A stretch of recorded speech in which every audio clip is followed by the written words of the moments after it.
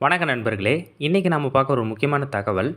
தில்லை நடராஜர் கோவில்ல முதலாம் குலோத்துங்க சோழருடைய கல்வெட்ட தான் இன்னைக்கு பார்க்க போறோம். அடுத்த பதிவுல இதே கோவில்ல இவருடைய கிரந்த கல்வெட்டு இருக்கு. அது இவருடைய பிறப்ப பற்றியும், நிறைய சிறப்புகள பற்றியும் அந்த கல்வெட்டு சொல்லுது. நிறைய முக்கியத்துவமான தகவல அந்த கல்வெட்டு தான் சொல்லுது. ஆனா, இப்ப நம்ம இன்னைக்கு பார்க்க போற தகவல் இன்னும் கூடுதலா 2, 3 இல்ல நிறைய தகவல்கள் குடுக்குது. வாங்க பார்க்கலாம். தில்லையில காணப்படும் குலோத்துங்கனோடது 44ஆம் ஆண்டு கல்வெட்டு தான் இப்ப நம்ம பார்க்க போறது. அக்கோவிலுக்கு முதலாம் குலோத்துங்கனோட தங்கை இத தான் நீங்க பார்க்கணும். இவரோட தங்கை பேர் வந்து ராஜராஜன் குந்தவை. ராஜராஜ நரேந்திரனுக்கும், அம்மங்கை தேவிக்கும் பிறந்தவர் தான் முதலாம் குலோத்துங்கனும், அவருடைய மகளான ராஜராஜன் குந்தவை. ராஜராஜ நரேந்திரன் காரணமாக ராஜராஜன் குந்தவைன்னு வைக்கப்பட்டிருக்கலாம் பெயர். இவங்க வந்து இந்த கோவிலுக்கு தானங்கள் அதிகமா குடுத்துருக்காங்க.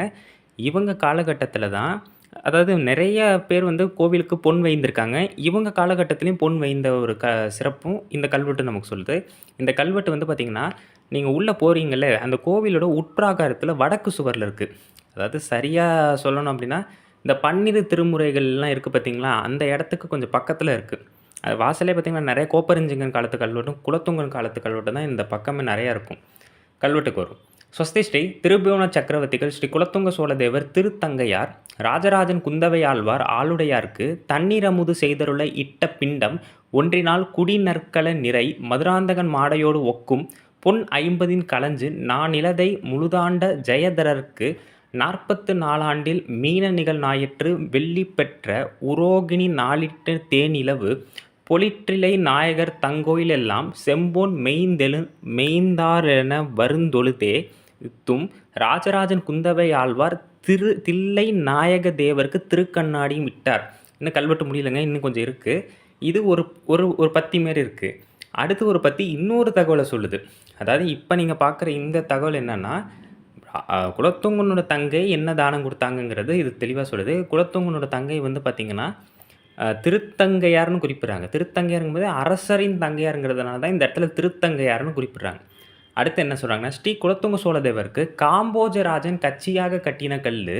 இது உடையார் ராஜேந்திர சோழதேவர் திருவாய்மொழிந்தருளி உடையார் திருச்சிற்றம்பலம் உடையார் கோயிலில் முன் வைத்தது. இந்த கல்லு திருவெதிர் அம்பலத்து திருக்கல் சரட்டில் திருமுன் பட்டிக்கு மேலை பட்டியில் வைத்தது. ஊனா அரசரோட கையெழுத்துன்னு அர்த்தம். இங்க என்னடா திடீர்னு ராஜேந்திர சோழரை சொல்றேன்னு பார்த்தீங்கன்னா, ராஜேந்திர சோழர் இல்லங்க. குலோத்துங்கனுக்கு அவர் வைத்துக்கொண்ட பேர் ராஜேந்திரன்னு ஒரு பேர் வச்சுக்கிட்டாரு. ஏன்னா, ராஜேந்திரன் காலத்திலேயே இவர் வந்து பார்த்தீங்கன்னா, தத்தெடுக்கப்பட்டிருக்கிறார். மகள் வழி பேரன் தானே இவரு. அதனால தத்தெடுக்கப்பட்டிருக்கார். அதனால இவரே தனக்கு ராஜேந்திர சோழன் பேர் எடுத்திருக்காரு. ஆனா, ராஜேந்திர சோழன் அளவுக்கு இவர் ஒண்ணும் பெருசாலாம் செய்யல. ஏன்னா, இவர் காலத்தில தான் ஈழமே சோழ மன்னன் நழுவி போணுச்சு. விளக்கத்துக்கு வரும். மங்களம் உண்டாகட்டும். திரிபுவன சக்கரவர்த்திகள் முதலாம் குலோத்துங்க சோழருடைய தங்கையான ராஜராஜன் குந்தவை ஆழ்வார் இவங்க என்ன செய்றாங்கன்னா, சிதம்பரம் கோவில் ஆளுடையாருக்கு, அதாவது நடராஜருக்கு தண்ணீர் அமுது, அதாவது தண்ணீர் அமுது படைக்கிறதுக்கு குடிங்கை என்னும் கல்லால், குடிங்கைங்கிறது ஒரு கல்லு. அதுலேருந்து ஒரு பொன் தங்கத்து ஒன்றின் எடை எவ்வளோன்னா 50 களஞ்சு, அதாவது 270 கிராம் தங்கத்தில் ஒரு பிண்டம் செய்து கொடுக்க. பிண்டம்னா அது ஒரு பாத்திரம் மாரி, இல்லை ஒரு குடுவை மாரி. அதற்கு ஈடாக மதுராந்தக மாடை, அதாவது மாமன்னர் ராஜேந்திர சோழன் காலத்தில் இருந்த தங்க நாணயம், அது பேர் மதுராந்தக மாடைன்னு சொல்லுவாங்க. இது நீங்கள் பழங்கால கல்வெட்டுகளையுமே பார்க்கலாம். அப்படிங்கிற தங்க நாணயத்தால் கொடுக்குறாங்க. இங்கே நான் கவனிக்க வேண்டியது என்னன்னா, பிண்டம், அந்த பிண்டத்தில் தான் தண்ணீர் அமுது செய்கிறதுக்கு இவங்க தானம் கொடுக்குறாங்க. யார்? குலோத்துங்க சோழரோட தங்கை ராஜராஜன் குந்தவை ஆழ்வார். இவங்க கிட்டத்தட்ட வரலாற்றில் சொல்லப்படுற ஒரு 7வது குந்தவை. சரிங்களா? அதுக்கு அடுத்து 4 நிலத்தையும், அதாவது நானிலம்னு சொல்கிறாங்க, 4 நிலத்தையும் முழுவதும் ஆண்டு கொண்டிருக்கும் குலோத்துங்கனின், இங்கே இந்த கல்வெட்டுலேருந்து ஜெயதரர்னு ஒரு வார்த்தை இருக்கும். அதுக்கு முதலாம் குலோத்துங்கனோட குடும்ப பெயர். கலிங்கத்து பரணியில் அது குறிப்பு இருக்குது. நான் அப்புறம் சொல்கிறது. அவரோட 44ஆம் ஆட்சி ஆண்டு கிபி 1114ஆம் ஆண்டில் பங்குனி மாதம் வெள்ளிக்கிழமையில் வர ரோகிணி நாளில் தேன் மொய்க்கும் அமைப்பு கொண்ட சோலைகள் உடைய, அது வந்து அந்த நந்தவனம்லாம் இருக்குது பார்த்தீங்களா, அதை தான் அப்படி குறிப்பிடுறாங்க.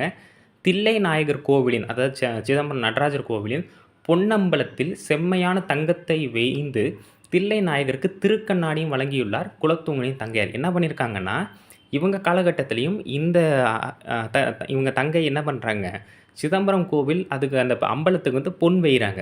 இவங்களும் வேய்கிறாங்க. பராந்தக சோழர் காலத்தில் ஆரம்பிக்கப்பட்ட அந்த பொன் வேய்ந்த பழக்கம் இவங்க காலத்திலையும் வேய்யப்பட்டிருக்கு. அது மட்டும் இல்லை, தில்லை நாயகருக்கு அந்த முகம் பார்க்குறதுக்கும் மற்ற விஷயங்களுக்கும் என்ன பண்ணியிருக்காங்க, திருக்கண்ணாடியும் வழங்கியிருக்காங்க. இதெல்லாம் வழங்கினது யாருன்னா, குலோத்துங்கனின் தங்கையார் ராஜராஜன் குந்தவையார். அதாவது ராஜராஜன் நரேந்திரனுக்கும் அம்மங்கை தேவிக்கும் பிறந்த 2வது மகள் அப்படின்னு எடுத்துக்கலாம்.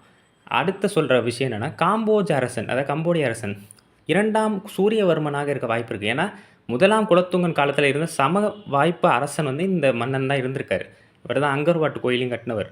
இவர் என்ன பண்றாருன்னா, குலோத்துங்க சோழனுக்கு இக்கோவிலில் கற்றளி, அதாவது ஒரு கருங்கல்லால ஒண்ணு உருவாக்குறதுக்கு கல் ஒண்ணு குடுத்திருக்காரு. காம்போஜ் அரசன் குடுத்திருக்காரு. இந்த கல்ல உடையார் ராஜேந்திர தேவர், அதாவது 1ஆம் குலோத்துங்கன தான் குறிக்கிறாங்க. என்ன செய்றாருன்னா, திருச்சிற்றம்பலம் உடையார் கோவிலுக்கு, அதாவது நடராஜர் கோவில் முன் வைக்க, அதாவது அவர் முன் வைக்க ஆணை பிறப்பித்துள்ளார். அததான் திருவாய்மொழிந்தருளின்னு சொல்லி, இந்த கல் இப்ப வாங்குற கல்ல கோவில் அம்பலத்துக்கு எதிரே இருந்த, அதாவது கல்லு தெருவிதிர் அம்பலத்துன்னு சொல்றாங்க. அந்த அம்பலத்துக்கு எதிரா இருந்த ஒரு அறை, ஒரு ரூம் மாரி இருந்திருக்கு. அந்த அறைக்கு மேல் வரிசையில தான் என்ன பண்ணியிருக்காங்க, இந்த கல்ல பதிச்சிருக்காங்க. அறைய தான் சரட்டுன்னு சொல்றாங்க. மேல் வரிசையில் இந்த கல்லை பதித்துள்ளனர். இதான் விஷயம். அததான் எப்படி கல்வெட்டுல சொன்னாங்க, திருமுன் பட்டிக்கு மேலை பட்டியில் வைத்தது ஊ. ஊனா அரசரோட கையெழுத்து.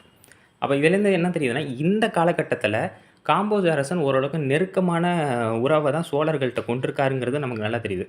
இது பின்னால நீங்க 2ஆம் ராஜராஜன் காலத்திலயும் நீங்க பார்க்கலாம். எப்படின்னா, 2ஆம் ராஜராஜன் கட்டிய தாராசுரம் கோவில்ல உள்ள பீடம் இருக்கு பார்த்தீங்களா, அந்த பீடம் அது காம்போஜ் அரசன் வழங்கியிருக்கான்.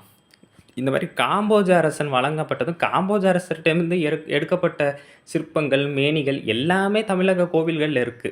அப்ப காம்போஜத்துக்கும், தமிழகத்துக்கும் நெறைய தொடர்பு இருக்குங்கிறது இந்த மாரி கல்வெட்டுகள் மூலமா நமக்கு நல்லா தெரியுது.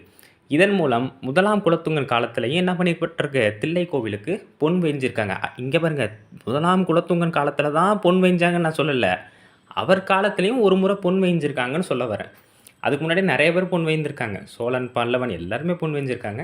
கம்போடிய அரசரும் நல்லா இணக்கத்தோடு இருந்திருக்காரு அப்படிங்கிறது இந்த கல்வெட்டு மூலமா தெரியுது. இது ரொம்ப சின்னது கல்வெட்டுங்க. அடுத்து வர கல்வெட்டு சின்னது தான். ஆனா நிறைய தகவல்கள அது சொல்லுது. அதுக்கடுத்து ஒண்ணு ஒண்ணா நம்ம சிதம்பரம் கோவில்ல உள்ள கல்வெட்டுகள் நெறையவே பார்ப்போம். ஏன்னா நெறைய முக்கியமான தகவல்கள இந்த கல்வெட்டுகள் நமக்கு சொல்லுது.